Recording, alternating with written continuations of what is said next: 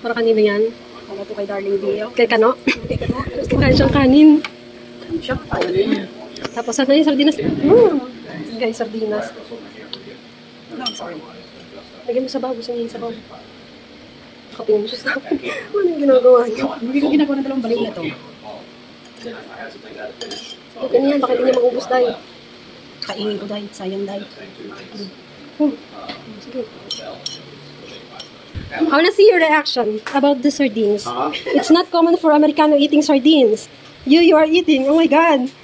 You like it? I like that. Ooh, nice content. This is a good content. Go away. Look, one more. Yay, good job. Okay. So they do it. It's all well done. It's all well done. Yeah. That's okay. Like it? We're taking down kami. Okay, let's go, guys. Okay. How, guys? Here in front here? Oh, yes. Okay. Come on, madam. You at my back. It's more than what we have. Yeah, we love riding this. But ay, kolong-kolong. Do we eat? Yeah. Had my wallet in it. Casey, go potty. The dog walk her. She needs to pee. Go potty, baby. She thinks that we're gonna ride in the Yeah, she kolong-kolong. thinks we're going for a ride. We're not going for a ride. We're not gonna ride, okay, baby? We're just dropping our visitors. Saying There you are. Hi! Kailan tayo magkikita ulit? December. December na? She said New Year. She's coming here in New Year. Thank you. You can check out now. Everything is clear. Everything is clear. Yeah, sign here to get your deposit back. Okay, where's the deposit? Return the deposit. Did they pay the deposit? Yeah, I left the 10 pesos in there. Bye. Okay, you got a potty?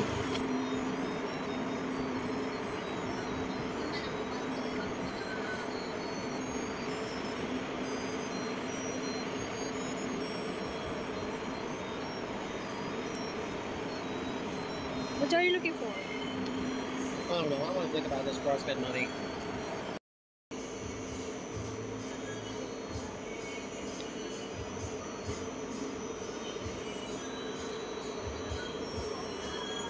Nakauwi na kami and nagpunta kami dun sa ang pangalan ng store na yan ay 578 Emporium. First time namin dun, hindi namin alam meron palang ganun dito banda. Dito lang sa Cabanatuan. So 578 Emporium ang pangalan niya. So mall siya na parang Lamart, parang Divisoria, parang ganun. So marami silang paninda, kasi sabi ni Michael, sobrang mura daw. And ayun talaga yung hinahanap namin, yung mga ganun, yung parang Divisoria na makakabili ka na, ano mo yun, cheap price. So, yun. So, yun ang unang pinuntahan namin kasi bago kami nag-grocery. So, nagpunta muna kami doon. Teka, ito yung, wait lang, ayaw magpabukas. Kakauwi lang namin, hindi ko nabutan yung aking pinapanood na abot kamay. So, 3:30 na. So, yun, kasi sinusubaybayan ko yun. Sobrang init, buti nga walang ulan. Pero sobrang init naman. So, ito yun. Isang bag. Ayan. Ano natin? Actually, ngayon sa dyan namin doon ay bibili kami ng parol. Yung parol na malaki, na merong pailaw. I mean, yung merong Christmas light na siya. Umiilaw. So, wala kaming nakita kasi meron silang, maliit na parol. Maliit yung parang pambahay lang. Ayaw ni Michael nun. So, yun. So, iba nabili namin. So, bumili ako doon ng ito, bowl, tag ano to, tag 55 pesos isa. Ayan. Ayan. Maganda kasi ito pang cornflakes, may sabaw, mga ganon. Ang mga sabaw-sabaw. Tapos, ano pa pa? Bumili akong trash bag doon. Mura lang doon yung trash bag nila, isang roll yung ganito small. 40 pesos lang, kasi sa Robinson mahal eh. Yun, tapos bumili nito si Michael. Walang presyo to. Ano ang yata to? 50 something. How much is this now? This one, the glass? 25 peso. Ito. Garapon. Kasi pag lalagyan niya daw ng butter. Tapos, yan, bumili ako nito kasi naalala ko nung bata pa ako, bata pa. Yung nanay ko mahilig gumawa ng gelatin, yung may ganito. Yan, yung may design. So, sabi ko, gagawa ko ng ganun sa Pasko. So, 3 yung binili ko. Ang isa nito ay 23 pesos. Di ba, mura? 23 pesos. Parang yung mga presyo nito, dun sa binilan namin, eh parang sa Shopee, yung bibili ka sa Shopee. Sabi ni Michael, pag tinatamad ka mag-Shopee, pupunta na lang tayo doon kasi mura. Halos parehas lang din sa Shopee, yung mga mga murang nagtitinda sa Shopee. Ganun. Tapos bumili ako nito, pandagdag sa Christmas tree, kasi I think, isi-set up na namin yung Christmas tree namin by October 1. Sabi ni Michael, so October 1 na natin isi-set up yung Christmas tree. Tapos sabi niya, magdagdag daw ng mga ganito. So, bumili siya nito, 35 pesos lang. Ano, isang ganito, 35. Yung parang belt ng Santa Claus. Ayun ang Christmas tree, parang ganun. Yung pinapaikot. So, ito yan. 25 pesos ang isa. So, tatlo. Yan. Tapos, bumili tayo ng Christmas tree. Christmas light. Ano to? Multi-colors. Yan. Testing natin to. Yan. Nasaan yung isa? Ganyan. So, tatlo. Testing natin. So, ayun. So, salita ko ng salita, diba? So, nakapost pa na yung ating video. So, ulitin natin to. So, ito, meron binili si Michael. 80 pesos to. Merry Christmas sa kalaga. Yung cute. So, hindi ko pa alam kung ilalagay ko to dun sa may pintuan namin. Kasi meron na akong ilalagay dyan. Yung dating nilagay ko sa pinto. So, hindi ko pa namin alam saan namin ito ilalagay. So, meron tayo dito, 80 pesos to, 80. Salita ko ng salita, wala pa lang video ko. Tapos, meron ako dito biniling Alcampor, ilalagay ko sa cabinet, 12 peso. Ayan, 12 peso. Tapos, ito, air cleaner, ito ay 8 peso. Ayan, so, mas safe to gamitin na panglinis ng tenga kaysa dun sa cotton buds. Kasi, napapansin ko, pag nililinis ako ng tenga na gamit ang cotton buds, feeling ko, lalong kumakati yung tenga ko. As in, yun. And sabi ng mga doktor, iwasan gumamit ng cotton buds. Gawa ng sabi nila ay, nauusog mo lang daw yung dumi. Although, nalilinis mo siya, pero yung iba, lalo mo lang pinapasok sa loob yung dumi. So, mas safe gamitin to. So, 8 pesos. Ayun. So, hindi ko alam saan yung vlog ko. Tapos, bumili rin ako nito, 45 peso. Nalagyan ng mga anek-anek. Tapos, bumili rin ako nitong picture frame, ito ay 115 pesos. Tapos meron akong binili dito ng dalawang ballpen. 4 peso lang tong isa. Bumili na talaga ako kasi nawala yung ballpen ko sa bag. Kasi may nanghiram tapos hindi na binalik. Siguro nakalimutan niya na. Shout out, Catherine! Ayan, so yun. Kasi nakalimutan na siguro niya ibalik yung ballpen ko.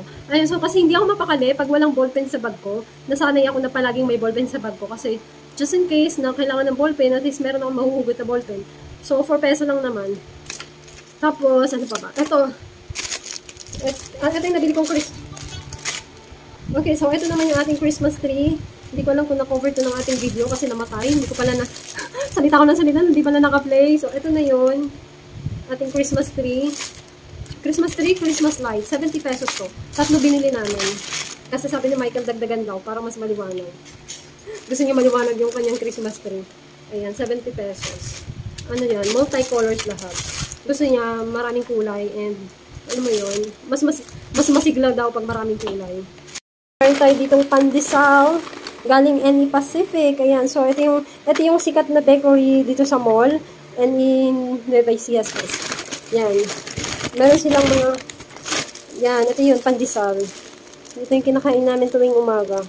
Masarap yung pandesal na to. 99 pesos, 15 pieces. Ayan. Ito is October 1, so plano na namin siyang i-set up yung ating Christmas tree. Ayan. So, ito yung dating Christmas tree natin. Tapos, nagdagdag lang kami ng Christmas light. Ito bago to, tsaka ito, at tsaka yan. Ayan. See you later yung naka-assemble na. At ito na nga, ito na pagdesisyonan namin na dito namin ilagay yung Christmas tree sa tabi ng cabinet. Sobrang napaka-thankful ko kasi tinutulungan ako ni Michael, lalong-lalo na etong pagsiset-up ng Christmas tree kasi sobrang para sa akin sa dami ng ilalagay at saka Christmas lights pa. So, kailangan mo talaga ng katuwang sa pag-assemble ng Christmas tree na to. So, yun. So far, okay naman si Michael. Tinulungan niya talaga ako and hindi naman siya yung tipong init ng ulo, maiksi ang pasensya, hindi siya ganun. So, sobrang napaka-thankful ko dahil binigyan ako ni Lord na napakabait na Amerikano, wala na akong masabi, lahat na nasa kanya para sa akin, super perfect siya para sa akin kasi hindi ako naghahangad ng bata, gwapo or anything. Para sa akin, the best na sa akin yung ganito siya na mas matanda sa akin na naiintindihan niya ako yun, lahat ng bagay para sa amin ay napag-uusapan namin at napag-iintindihan namin. So, sobrang napaka-thankful ako ng smooth ng relationship namin.